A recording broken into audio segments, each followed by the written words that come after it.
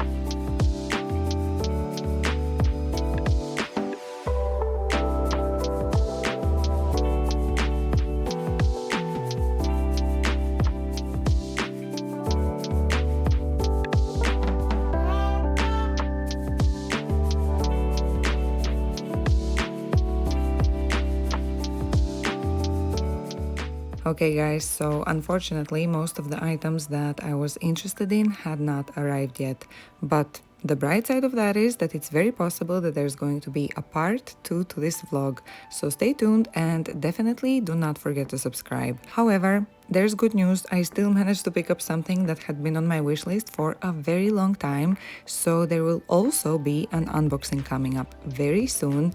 And now let me know your thoughts about this collection in the comment section below, and I'll see you very soon. Stay safe everyone.